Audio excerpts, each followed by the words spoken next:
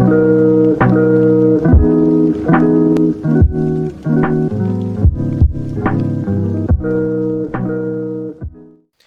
folks, how's it going? RwRs here, and welcome back to another episode of Cards and Castles Ranked with Red, where we are ranking the Nature's Necromancy deck for the May 2021 season. However, we're doing it in a bit of a different way than the usual live commentary game. You see, I kind of did some games on my own, because I didn't think I was going to record a Ranked with Red for that deck, but I got down to the last 3 matches, ended up recording them separately, no live commentary or anything, and I have those matches ready to go and showing, to you guys in this video. So we're going to do a bit of a post-game commentary over style here, just to mess around and experiment with it, kind of switch up the usual way we do Ranked with Reds here. So do let me know in the comment section if you want to see more of this, or if you rather see a return to the live commentary style of just going in the game and just reacting to it blind. But I figured with this way I can do a bit more elaboration on maybe how I make my plays here, what I decided to do with looking back on it, if something was a bit more of a misplay, etc., etc. So without further ado, we are going to go ahead and jump into our first of 3 matches. So let's go ahead and do that right now. Alright folks, and here we are for match number 1. It's going to be me taking on Orpheus. Hopefully I got that one right. He's rocking the red-yellow. We've got, of course, a not too bad opening hand here, opening up with the Drake, and even better with that Lumberjack in hand. That is going to be our turn 1 starting play here. So, initially I'm thinking probably got some, maybe no interaction, maybe last will. Really, it's going to come down to what he initially plays here. In the Chaotic Storm, kind of puts him more towards that no interaction route, although again not uncommon for that to be seen in general with either or last will or no interaction. So I lose the Lumberjack, that's fine. We go for the Drake again. I don't really throw it up aggressively. I know like some people would usually put it around here. I just decided to play it back, keep it safe for a minute here, because again, I don't know what the general strategy of his deck is here, so I don't want to be playing into maybe any sort of last will shenanigans. So we are going to go ahead and take Morph backseat, as we are just going to, threaten with the Drake a little bit. Hopefully we're not going to get punished too badly here for that. He sets up Tarius Files, and again, right now my mind is maybe more along the lines of, okay, gotta be maybe some last will stuff going on here, because I don't really find it beneficial for no interaction decks to run Tarius Files.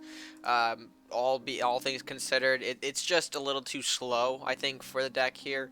So I see that Tarius Files, I immediately put up the Shaman as a sort of coin into, Shaman play. Because realistically, I don't have any other play I can make here. Drawing the Reanimate, I'm like, okay, don't have any other things to do here, so let me just go ahead and draw a cycle with Shaman and then pass it back to him, see what he does, see if he has the Flame Storm for this Tarius Files on turn 4.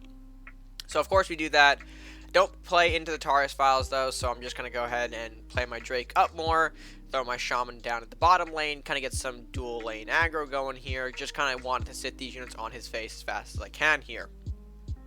And so he's just thinking here, at this point, again, not sure if he's got the Flame Storm.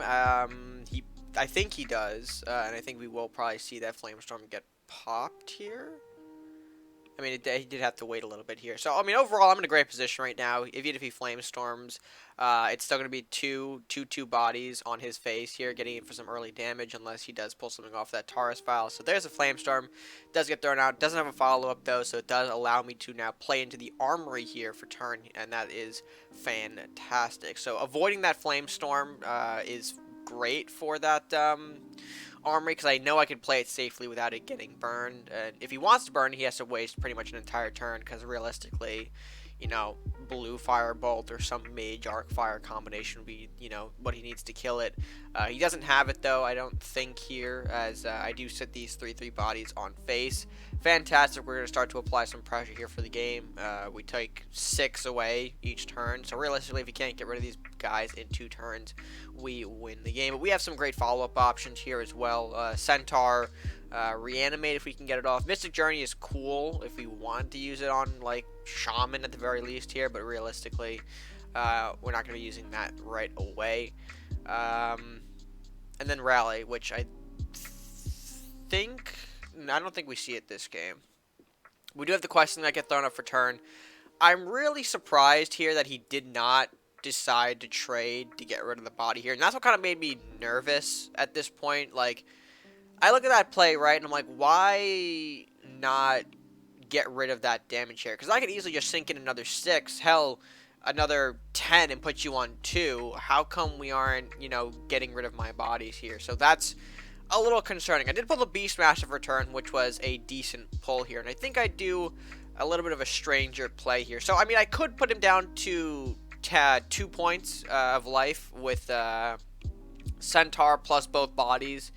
But I do leave that question out alive if I do so, leaving him to do whatever he wanted to do here. So I do think about this for a hot minute before I end up taking my turn. As I'm kind of cycling my options, weighing them here, I decided to hit into the castle with Drake, so putting him down to 9 here. I could get the Beastmaster out, I could get the Rally out, or I could go with the Centaur here. I really debate Centaur, and I think I do go through with that because I did want to sink in that additional damage. Originally, I was also thinking, like, maybe what if I put my Centaur into the Questing Knight, still land the 6 on face, but then I started to think okay, no, that's not a good idea. I'm on turn 6, so that could lead into a Dragon's Fire, and then my entire board is just gone. My entire, all my units just gone after a Dragon's Fire. So instead, I go with the Centaur. I land it on face, chip in for the 4, and then realistically put the Shaman into the Questing Knight because, again, I'm not sure why he just didn't attack with it, meaning that he had to have had some kind of strategy with it. So I get rid of it. I clear it off the board here. If I was looking back and doing this a bit differently, I probably would have gone the Drake into the Questing Knight because now I lose that Mystic Journey synergy with the Shaman, although I'm thinking if I can play it on my Beastmaster, that's also fine. So, of course, we now have lethal on this board here. I'm threatening lethal. He's at 6 gold. If he drops Dragon's Fire, he gets rid of the Drake, but not the Centaur. So we need some way to kill both of these units here, which in these colors, it's possible to do. I mean, Blue Fire Disintegrate is enough to kill both of them. Disintegrate the Drake, Blue Fire the Centaur. That's my board gone, and I have to rebuild. But I don't remember what he does here, so I'll just have to see here. Again, a little time on the thinking here. We do see a Questing Knight for the turn. Questing Knight going to chop into the Centaur, okay, and of course he incinerates it. So at that point, I pretty much know that this guy was probably on some kind of full note interaction Knight package, something along those lines. So we end up just taking the 3 on the face, I believe. And then I'm debating a pillar at the top here just to kind of freeze off the White Knight. If I can kind of get rid of his options for play here, I think that's my thinking. So I do take the 3. Actually, I think I go Beastmaster here. I do go Beastmaster just to kind of maybe bait out a burn. And also threaten lethal with the Beastmaster as well. I have the Mystic Journey in hand. I hold on to the freezing pillar, and I think it doesn't actually come up in the game. I go Beastmaster to, get that thing closer, pop Journey, spawn Beasts. So realistically, if he doesn't have burn for both of these cards in the game, does the Blue Fire hits the Beastmaster, I do lose the Beasts, which is unfortunate. And I think that he Divine Knowledge is looking for, I guess, some kind of 1 gold answer, like Chaotic maybe. He doesn't pull it, though. I don't think he does anyway. As White Knight, yeah. And then, of course, passes back to me. So at that point, game is over. We throw out that respect, and then or at least I wait for a respect back. I at least try to give him an option here, but he decides to not do it. Hit him in the face, smack for lethal, and that is game number 3. I should have mentioned, actually, before, we are on a 2-0, now 3-0 after this game. So we've got 2 more games with it, but overall, a great demonstration of the early game of this deck in action, what it can do, especially, kind of maneuvering around the Flamestorm, getting that early aggro on the face with these cheaper bodies. I do think that he probably had some unfortunate bricking in that game, though, considering that I didn't really see a lot of his deck. The Tarius Flamestorm, the Knights, didn't really unfold, I think, the way he wanted to in that matchup, so we do end up walking away with the win. But with that being said, game number 2, or game number 4 technically for the deck here. Let's go ahead and get to that right now. Alright, and game number 2 is against Van Zoloko. I've seen this deck, or at least I don't know if I've seen the exact deck, but I know this player is one who decides to run a lot of red-blue from time to time. Sometimes aggro, sometimes undead, so I was kind of debating what we were going to see in this matchup here. I was worried about the aggro matchup from these colors, because, I mean, right now, you're looking at my hand, it's not good, and on Mulligan, let me tell you, it does not get a whole lot better. We got the Blacksmith as our earliest play at the very least here, but of course we don't have coins, so we just have to really hope that we can survive what initially he throws at us, as yeah, our opening is not too hot. We can do Blacksmith and Shaman, but again, doesn't come until later. We do get the Salahar Rider as an opener, and that gets me worried until I see the Faithful pickup. Put the Faithful into the Salahar Rider, gotta mitigate the damage here. Unfortunately, I do lose that Drake, thanks to that RNG, so I'm a little bummed about that, but not the end of the world here. At least we're still surviving the damage. We're kind of getting past the Salahar. He coins into Altar, and at that point, my alarm bells are sort of ringing that this is undead. Well, I guess not really alarm bells, because it's not really a huge concern, but I do pick up on the deck. It is going to be an undead focus here, because obviously you wouldn't see that in any sort of rush deck. It's a little too slow for their liking, as we move into turn 3, play the Blacksmith, and just pass it back. I've got no other plays after all, so might as well get my global established now. He takes some time, though, thinking about his turn 3 play here. I guess maybe he was unsure if he actually made the right choice coining into Altar, which happens, especially when your opponent doesn't have anything and you just kind of look like a little speedster, a little like, uh-oh, I pressed the button too quickly. But I mean, I guess he does want to get his Swarm out earlier. You know, the earlier, the better with Swarm decks. If they can establish all that presence before you get your board set up, it's you end up losing pretty quickly, especially if you just get swarmed by these ugly looking bums. So really taking his time here on the thinking here for turn 3. Does end up going with a second Altar, so now I'm going to get really concerned here because I have no efficient plays to deal with this right about now. So I'm a little worried. I need some kind of saving grace here, looking for anything like Lightning Blade, which we do find out of the Shaman draw. And we do have the Rat-King for Rat-King Mystic as well, so I'm pretty happy about pulling that combination here. But I do have to give him a few turns to set up his board here, set up that early Swarm, which right now isn't too threatening. A lot of 2/2 bodies aren't the end of the world. I do get a Fear Push on my Shaman. That's going to send me back a bit. That's fine. He repositions his zombies, which is cool. And I draw a Temple for turn, which is big. Definitely need that if I want to take out all of these zombies. So I'm going to go ahead and place that in the background. Kind of setting up for my big Rat-King Mystic play. Or at least that's my idea here. I mean, right now, all these zombies generating from the Unholy Altars is just great stuff for me, because I'm seeing this, and I'm seeing all the chain value just begin to line up here. And I think he does too, which is why I think he gets a little bit worried. Although it doesn't really do a whole lot. He takes a lot of time thinking here. I had to cycle away 30 seconds after all for that. And we do get the Necromancer as the play of the turn for turn 5. Not bad, but realistically, that doesn't really help against the Mystic Rats, or at least my Mystic Rats, because I've got the Blacks and I've got the Temple, and that's kind of enough globals as it is to make that trade here. Or at least have Rats trade with the zombies, etc. for cleanup purposes. So I go ahead, start the turn off, putting the Shaman into the frontmost zombie, which is fine. Get my Shaman back, that's cool. Almost put my Rat down without moving the Blacks out of the way here, so I don't miss a Rat here. Generate the Rat, but I fortunately do make a mistake anyway and shotgun the Mystic Journey a little earlier. What I should have done is put these bottommost Rats into these zombies here, so that way I have more room for my actual newly spawned Rats to make any sort of move here, like, you know, getting to these altars, chaining those altars, etc. And instead I'm kind of forced to put these Rats into these zombies, or at least the newer, closer Rats into the zombies, and kind of give him some more time to react to my plays here. So a little bit of a mistake on my part. I think I was just really overconfident in shotgunning the Mystic Rat combination on him. I do land 2 of those Rats into phase, though, chipping away about 6 health, dealing 2 additional chains that altar in the back. Trying to get rid of that as soon as possible here. And yeah, I realize at this point that my mistake is, you know, pretty blunt. So I'm trying to figure out a ways around it to kind of make any sort of efficient plays.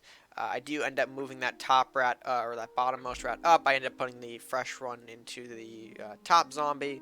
Just kind of positioning my Rats better to avoid any sort of big chain if these zombies have any chain potential. So that is going to be the play that we make here for the turn here. And realistically, this is a problem.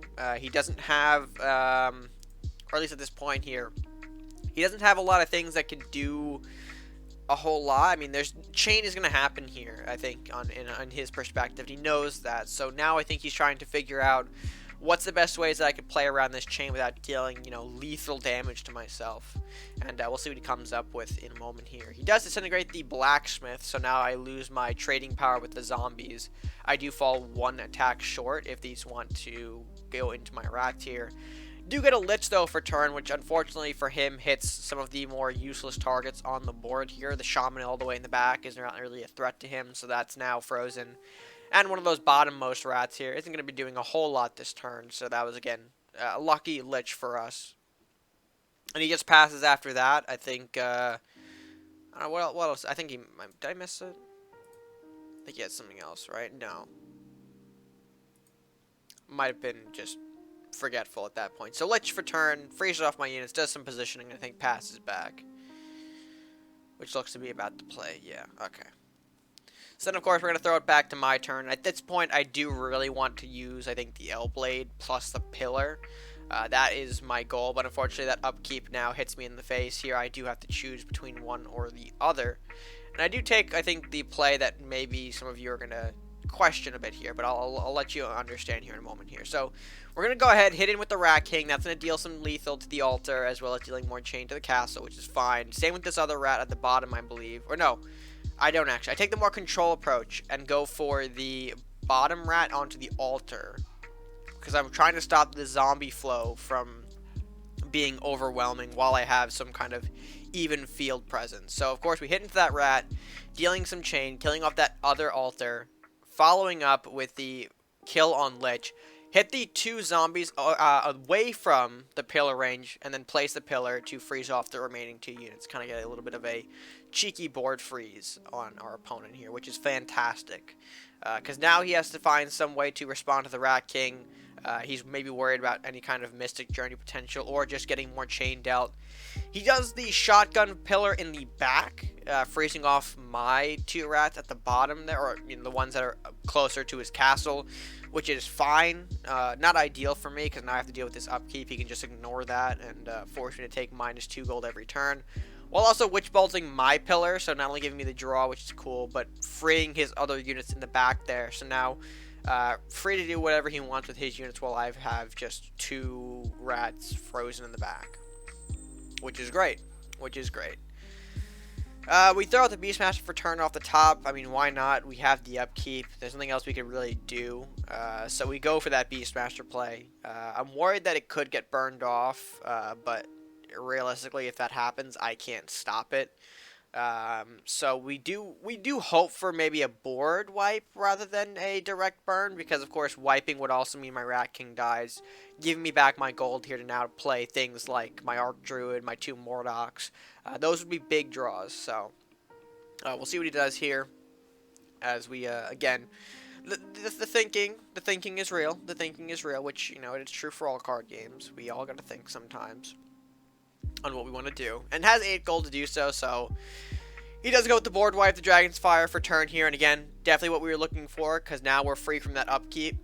We can now play more cards from our hand here, but we draw an interesting card for turn. We draw the Rally, and realistically, I was thinking to myself, I might just play Mordok, sink in some damage to face, call it a turn here, but I see that Rally pick up and decide, why not just go with Rally? Because what Rally does here, it not only helps clear the zombies, but now it makes that Reanimate active. I now get 2 units off the Reanimate here, as well as that extra Peasant, so I'm not really losing any units off of the Rally from trading, and I gain some potentially big boys, i.e. hoping for a Wraith here, as I just did all of that. That is most unfortunate. So, okay. I go with the Rally. Yep, we gotta go ahead and sink in. That is, of course, going to kill off those 2 zombies. And then, of course, I do fire off the Reanimate here, looking for any kind of big Wraith value. We do get the other 2, Banshee and Horseman, which it is what it is. Not too upset, because we do land the Horseman onto Necromancer. We put that thing at a very weaker playing state, so now he has to be cautious about maybe losing that Necromancer. Does go for the Armory in the back corner for turn, following up with the White Knight. And here I decide that I have to make a decision, especially after drawing the Bestial Rage for turn here. I take some time debating on whether or not I want to go for the L-Blade and try to get some Rampage value for it, or if I just L-Blade to trade off with the White Knight. And I'm trying to do the math in my head just to think of, like, can I get this L-Blade to work? Can I get a unit to survive that initial collision, kill off like the pillar, or doing like additional chain damage, killing off the armory.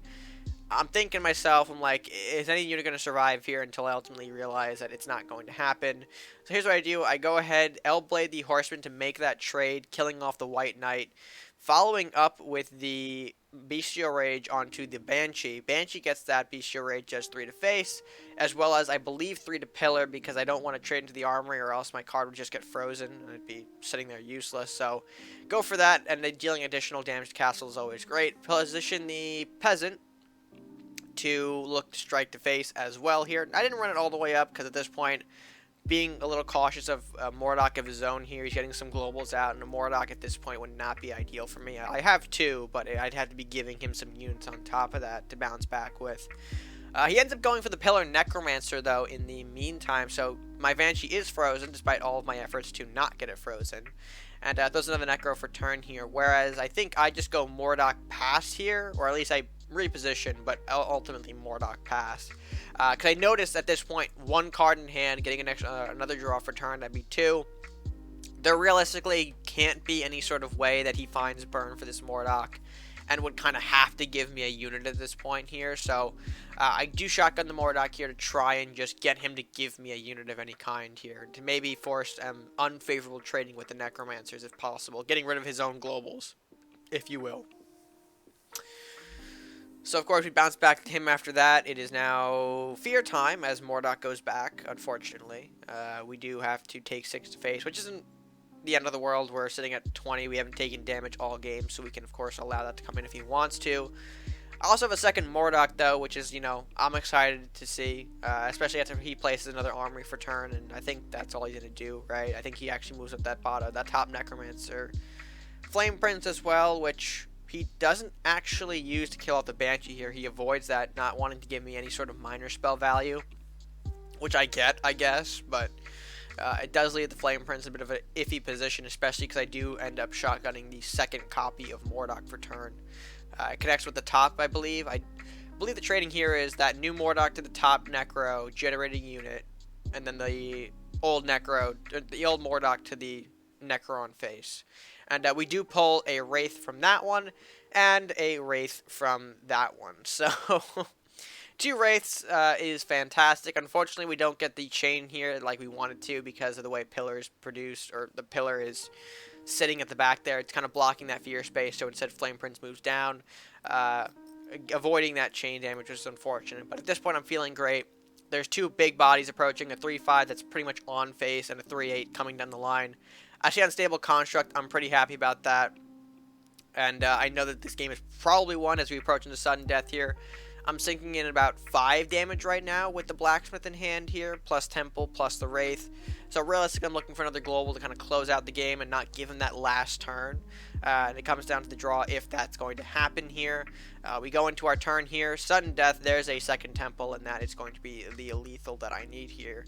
I guess it would really matter because I would have had lethal off the sudden death anyway, but just being able to do this is so much more satisfying as we take game number 4 as another win for the deck. Now moving on to a 4-0 record as we move into our final placement matchup here. I'm excited for this because usually 5-0s at this point of a deck's life is trickier to do because you're running into the players who more or less know what you're doing, and if you played this deck several times over on the ladder, people start to pick on, what exactly your strategy is here, how exactly to beat it, especially if they've seen some of your combos pop off multiple times.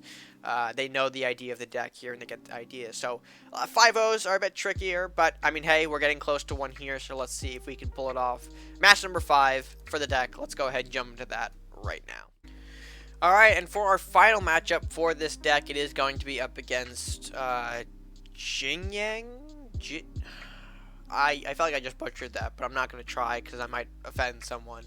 He's rocking the Pirate Ninja, which is always a bit of concern considering that this deck, or these faction colors, are a bit of a mix-up from what you could see here. There's a lot of possibilities ranging, so debating on what we could see and looking at the hand here, it's not super ideal. It's workable, but not, again, the best opener in the world here. So I try to cycle out the Temple. I keep the Dragon Knight because I am turn 2. I do have the coin, so worst comes to worst, I maybe turn 3 coin Dragon Knight, turn 4 Blacksmith, or the other way around, etc. here. And I'm pretty happy that he doesn't have some early turn plays here, such as like he doesn't have a turn 1 play. Does go for the hovel turn 2, which is a bit unfortunate here, but you know, it is what it is. We don't have any plays that we can make right now. We could coin into Blacksmith, but that really doesn't accomplish a whole lot. So we end up passing back for our turn here, and that's all fine and dandy, nothing too big of a deal there. We do see the Magic Eater, turn 3, so my right now brain is going towards minor spell deck focus maybe. And here's where I think I made a little bit of a misplay. I do not shotgun the Blacksmith, instead going for the Dragon Knight coin, which I do give the Eater a bit of a buff, which is not ideal here. Probably should have played the Blacksmith, used the Centaur to trade off with the Eater, but yeah, no, I just wanted some kind of additional bodies out, because seeing this Rat Hovel pop off, I want the bodies to kind of protect myself from this Rat Swarm, so we do go for that as our option as we wait for his next turn play here. He does go into the Swiftness, so now has enough to kill off my Faithful Drake here if he wants to. And he does go ahead and he makes that play. Following up the Dire Storm to kill off the Dragon Knight as well, which I thought was a bit unnecessary, but I guess he needed kind of the spell down to protect that Eater, because it would have been a 5-2 or 4-2. It would have been very easily killed off, I think, in this stage. And I just go for the Centaur kill anyway. I take that trade. I see Beastmaster next turn, and I figured you might as well just take that value while you can. And meanwhile, he sees a bit of weakness, or at least an opening here. He does go in with these rats, starts swinging and following up with the Southport Captain, which I don't like to see, and the Elvish Thief. So, some kind of weird, like, early game pirate ramp, what we're seeing out of him for, you know, this early portion of the game here. And I do get a little thrown off by that, because, you know, I mean, I guess it is a thing. Magic Eater combining with a lot of cheap ramp creates some interesting aggro presence for you within the game here. So I thought that was, you know, it was fine, but not for me. I wasn't liking that. So instead, I go for the Beast Match here. It's pretty much my only play I can make, and I do want to set up for maybe a Mystic Journey with it. So we had to take the risk of you know, if he kills off the Beastmaster, he kills it. But I have to get rid of these units now. So Bearhog, is the pull for Beastmaster, which we love to see. That gets ahead and trades away those two rats here, and we position the Wolf to block against the Southport. It didn't matter though. He did have that execution, which he was able to ramp into thanks to Southport, which he now uses to kind of get into face here, taking some early damage from the Southport and the Elvish Thief. But he gave us great positioning for our next play here. Blacksmith down at the bottom into the Freezing Pillar. That's going to freeze off all of his presence on my face here, and also give me that free global at the bottom, which is fantastic for us. We do want that. We do want to kind of get even out here as best as we can here, and global is the best way, I guess, to start doing so. Goes for the Maddie and the Elvish Thief. So again, trying to continue on this aggro path, although it's costing him in terms of cards. He's only got now 2 cards in hand, which isn't ideal. Blacksmith being played as well. Again, further decreasing that card count, but again, not ideal for this kind of deck because it doesn't really have the cycle power that I think most decks would like to see. So yeah, very risky here to just kind of throw your cards out on the table, and I think he does end up getting a little bit punished for this later on, if I can recall correctly, but that doesn't come until later after all. We do pull the Dragon Knight for turn, which is a fantastic rip. We do go ahead and use it. If these units weren't frozen, we could have gotten great reanimate value here, but we don't really have that luxury. I was thinking about maybe doing something like putting into Southport, debating a reanimate, but ultimately I just don't do that. I go ahead and swipe into the Elvish Thief, I believe, with the Dragon Knight as I debate it. I see that. Yeah, Southport, Faithful Drake connection, make that. I recognize the Wind Mage would kill off the Dragon Knight, but I think I just have to go ahead and risk it, so I do take that connection there as well. As I just, you know, really debate that hard and long. That is going to go ahead and happen right there. I do shotgun the Mystic Journey. Okay. I do shotgun it. I debate Rampage, but hold off on it. I just trade away the Elvish Thief because I want to stop this ramp. He's had too much ramp over this entirety of the game, so we're going to try and slow it down the best we can and just put Blacksmith into that bottom round. Again, trying to clear off the bodies, trying to make the board a little more even, I would say. And here he's got some options, as he could go ahead and put Wind Mage into our Dragon Knight and protect with like a Rat or Maddie, but instead takes this interesting route of protect the Wind Mage, bring it away from units, which I don't think is the right play here, especially since I'm running druids. I have things like Centaur, Spiny, Rampage that could easily get around whatever you try to put up to defend the Wind Mage. So, I mean, you already see I have Rampage. So right now I'm thinking, all right, I have to use Rampage now. He just gave me that Wind Mage value. I have to take it. And yeah, even especially with the rat going there. So I'm really loving this value that I'm getting right now off of the Bestial Rage. So I'm going to take it this turn. And I do end up pulling another Mystic Journey as well, which is going to be big, very big. So I believe I'm just debating whether or not it's a good play or not. Do I shotgun the Shaman first of all for draw? Or I think I just go for the play. No, I think I just go for the plays. So there is the Faithful Drake running into the bottom rat here, going into the Wind Mage. That is going to get rid of that. I follow it up by debating a Dragon Knight trade. I shotgun the Shaman first, getting another Dragon Knight, which is fantastic, but realistically, I do the Journey on Dragon Knight, generating the Faithful, bopping the Blacksmith up top to ensure my Dragon Knight survives, and ultimately pulling off a little bit of a misplay there, because if I was going to do that anyway, I probably should have done that before the Faithful Drake Rampage and preserved an extra life on that Drake, because now those bottom two rats can trade into it very easily. Right now, this board is looking pretty bad for him. There's a lot of stuff on it right now. Rampage Drake, Drake at the top, Dragon Knight, Shaman coming down. It's just a whole lot of stuff. And like I said, those bottom rats make the trade. Koru comes out. Koru does some funny things here. Kills the Dragon Knight over there. The Southport makes the trade with that topmost Drake. And he throws the Maddie, I believe, in front of Castle to body block because he wants to kind of... I mean, I guess while also defending Koru, he could have put Koru in front of face, but chooses not to, as you'll see here in a moment here. Because now at this point, I think I just play Yenneroth to try and expose the Koru, right? Yeah, I go Yenneroth here. Ends up being right on the top there, so perfectly lined up for my Yenneroth to smack down and kill. And at this point, game's looking bad for him. 2 cards in hand, running down a big 7/8 body here. Only's got the Hovel as the slightest bit of protection. And ends up, I believe, passing. Yeah, he passes this turn because apparently none of those cards can help. And the Journey for turn is absolutely huge. Because now we can pull off another Dragon Knight Mystic into the L-Blade to get rid of his last line of defense here, which is the Hovel. And at this point, he just concedes. Doesn't really have anything to deal with that 7/8 plus the new 5/6 face. And we get a 35-41 ranking for our 5-0 on Nature's Necromancy, which is pretty good. Pretty good for the deck. I don't know if that's the highest it's ever been. I think it is the highest it's ever been here, but not my highest of all time, which is fine for the deck. It's no big deal. But yeah, very successful and very happy with how the deck performed, I think, in this ranking. Able to kind of maneuver around a lot of tricky situations, especially this season, as you saw from the last few games, or at least the last 2. Or no, was it the... Yeah, it was the last 2. Might not have been the best starting opportunities, but as we got into the game, got a whole lot better, and we were able to do a lot of good work with that. So, again, very happy with how the deck performed here, and yeah, I guess we'll go ahead and move to close of the video, because there's not much else to say other than good season. Good season placements for Nature's Necromancy.